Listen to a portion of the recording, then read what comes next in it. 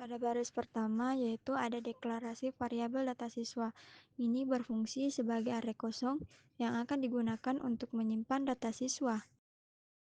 Lalu pada baris 3 sampai baris ke-6 itu adalah function tambah siswa. Ini berfungsi untuk menyembunyikan elemen dengan ID menu dengan menambahkan kelas hidden. Lalu menampilkan elemen dengan ID from siswa dengan menghapus kelas hidden.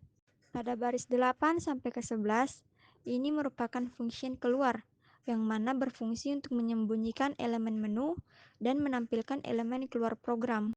Pada baris 13 sampai 26 ini merupakan function simpan data yang mana berfungsi untuk mencegah form agar tidak melakukan submit bawaan browser dengan kode event prevent default.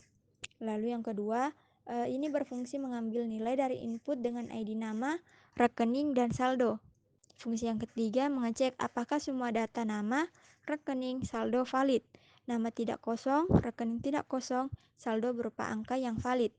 Fungsi yang keempat, jika valid, data siswa akan ditambahkan ke array data siswa dan ditampilkan notifikasi berhasil dengan error.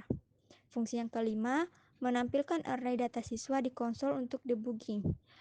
Fungsi yang keenam, memanggil fungsi kembali ke menu untuk kembali ke menu utama. Fungsi yang ketujuh, jika data tidak valid, memanggil fungsi yang tampilkan invalid. Pada baris 28-32 ini merupakan fungsi yang tampilkan invalid, yang mana berfungsi untuk menyembunyikan form input siswa dan menampilkan pesan error pada elemen dengan ID invalid. Baris 34-38 merupakan fungsi kembali ke menu, yang berfungsi untuk menyembunyikan elemen from siswa dan invalid, lalu menampilkan kembali elemen menu. Assalamualaikum warahmatullahi wabarakatuh. Sebelumnya, perkenalkan nama saya Wildan Muafan. Saya akan menjelaskan sedikit terkait kode program ini. Pada baris yang pertama, terdapat doctype HTML, yaitu memberitahu browser bahwa dokumen ini adalah HTML. Pada baris yang kedua, terdapat HTML lang_n, yaitu tag pembuka HTML dengan atribut lang_n menunjukkan bahwa bahasa dokumen adalah Inggris. Selanjutnya, pada baris keempat, terdapat metacharset UTF-8 menunjukkan encoding karakter. UTF-8 mendukung hampir semua karakter. Pada baris kelima, terdapat metaname viewport, memastikan tampilan responsif di perangkat berbeda.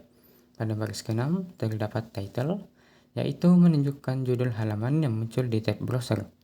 Pada baris ke-7, menghubungkan file CSS eksternal untuk gaya. Selanjutnya, pada baris ke-9 terdapat body, yaitu tempatkan semua elemen yang ingin ditampilkan di browser. Pada baris ke-10 terdapat div kelas container, yaitu divisi utama dengan kelas container untuk mengatur konten.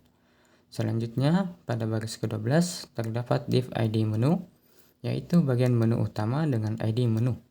Pada baris ke-14 dan ke-15 terdapat button, yaitu tombol dengan atribut onClick untuk memanggil fungsi JavaScript saat diklik. Selanjutnya, pada baris ke-18 terdapat div ID from siswa, kelas hidden. From untuk memasukkan data siswa, kelas hidden menyembunyikannya secara default. Pada baris ke-20 terdapat from onSubmit, simpan data event, yaitu saat formulir dikirim, fungsi simpan data akan dijalankan.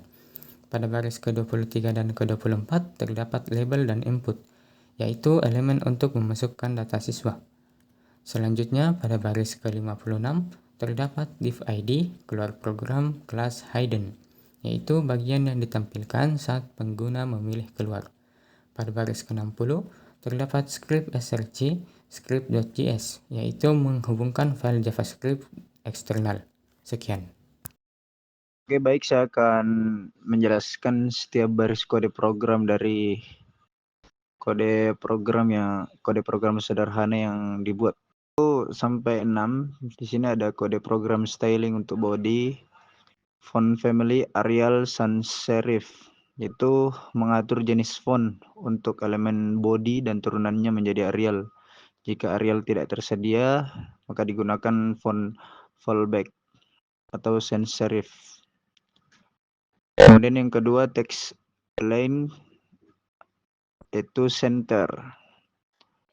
Fungsinya mengatur teks di dalam body agar rata tengah secara horizontal.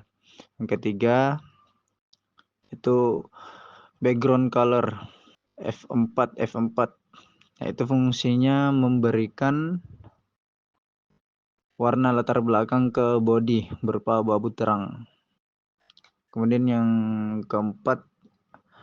kelima itu ada padding 20 px. Itu fungsinya memberikan jarak atau ruang kosong sebesar 20 pixel di dalam semua sisi. Kemudian di nomor 7 sampai 15 itu kode program styling untuk elemen dengan kelas container. Yang di nomor urut 9, nomor urut 8. Nomor urut 9 di situ ada background FFF. Itu fungsinya menetapkan warna latar belakang putih FFF pada elemen kontainer. Kemudian nomor urut 10 di situ ada kode program padding 20 px yang berfungsi memberikan ruang kosong dalam elemen kontainer sebesar 20 pixel pada semua sisi. Kemudian nomor urut 11 di situ ada kode program border radius 10 px. Di situ berfungsi membuat sudut elemen kontainer menjadi melengkung dengan radius 10 pixel.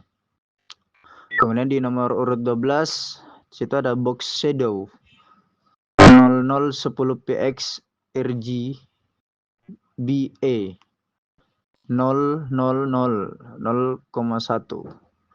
Itu fungsinya memberikan bayangan halus pada elemen kontainer dengan jarak 0 pada sumbu X dan Y, blur sebesar 10 pixel dan warna hitam transparan atau 10% opacity.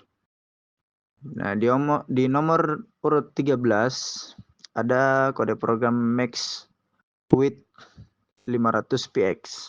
Ini fungsinya membatasi lebar maksimal elemen kontainer menjadi 500 pixel. Kemudian di nomor urut 14 ada margin auto, kode program margin auto yang di situ berfungsi membuat elemen kontainer secara otomatis berada di tengah secara horizontal. Kemudian di nomor urut selanjutnya yaitu 17 ada kode program styling untuk elemen dengan kelas hidden. Nah, kemudian di nomor urut 18 di situ ada kode program display none yang berfungsi menyembunyikan elemen dengan kelas hidden sepenuhnya dari tampilan. Selanjutnya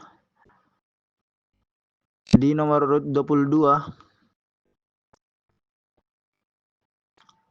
di situ ditampilkan kode program form table yang untuk styling untuk elemen dengan ID form table.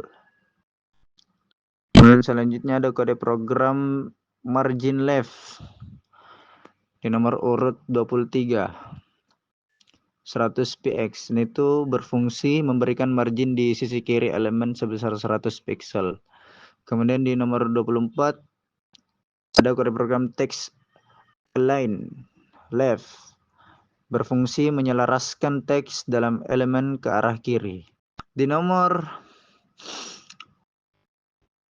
25 sampai 27 itu ada styling untuk tombol elemen button. Nah, kemudian di nomor urut 28 di situ ada kode program padding 10 px 20 px yang berfungsi memberikan ruang di dalam tombol 10 pixel pada atas dan bawah, 20 pixel pada kiri dan kanan. Kemudian di nomor urut 29 di situ ada kode program margin 10 px 0 yang berfungsi menambahkan jarak sebesar 10 pixel di atas dan bawah tombol. Di nomor urut 30 di situ ada kode program background strip color 333. Nah, di situ berfungsi mengatur warna latar belakang tombol menjadi abu-abu gelap atau 333 marginnya. Kemudian nomor urut 31 di situ ada kode program color FFF yang berfungsi menetapkan warna teks pada tombol menjadi putih.